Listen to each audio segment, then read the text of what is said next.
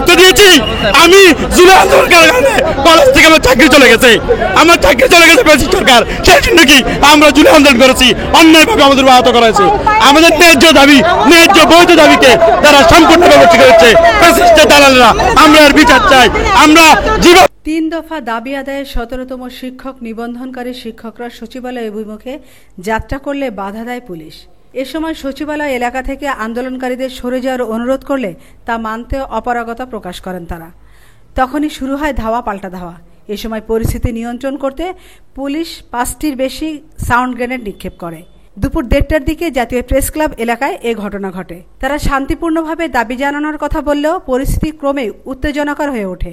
গত 8 জুন বাংলাদেশ সচিবালয় এবং প্রধান উপদেষ্টার সরকারি বাসভবন, যমুনা ও পার্শ্ববর্তী এলাকায় যে কোনো প্রকার সভা সমাবেশ, গণজমায়েত, মিছিল ও শোভাযাত্রা ইত্যাদি নিষিদ্ধ করে গণবিজ্ঞপ্তি জারি করে ঢাকা মেট্রোপলিটন পুলিশ। আমিনা ইসলাম, আজকের সংবাদ।